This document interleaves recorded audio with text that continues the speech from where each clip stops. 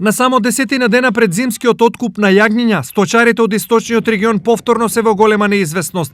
Досега за нивните јагниња никој ниту се јавил, ниту дошол. Сега моментално нема никаков интерес. Нема трговци да се јавуваат по терено, што ќе биде со јагнето не се знае. А има нешто јагне за нова година стасано. Оваа состојба нив повторно ги принудува помош да бараат од државата, која во речиси идентична ситуација, сточарите од големи проблеми ги спаси за великденскиот откуп. Па секако мислам да се знае дека минималната цена на јагнето е 180 денари, ако биде испод таа, ние не можеме да обстанеме, мора да бараме помош. Од друга страна, од Министерството за земјоделие тврдат дека ситуацијата ја следат и дека сточарите нема да бидат оставени на цедило. Многу е битно одржувањето на пазарите, многу е битно одржувањето на производството, а сепак земјоделството како една развојна гранка има голем аспект и социјалниот дел.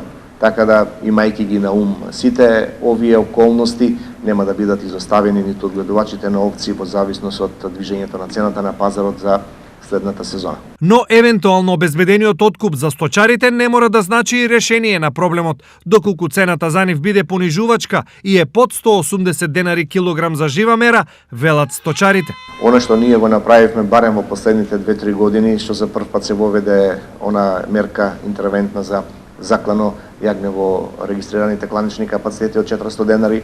Оваа година веќе поради пандемијата направивме зголемување на мерката за одгледано женско јагне. Значи тоа го зборувам и за овчарството, тоа важи и за козарството. Во меѓувреме, како мерка за помош се државните субвенции за женско јагне и предадено млеко. Денес на сметките на 7183 корисници исплативме 225 милиони денари за произведено и предадено млеко од трета фаза. Ова се средства кои се исклучително значајни за сточарите затоа што ќе им овозможат да набават се што им е потребно за презимување на нивната стока.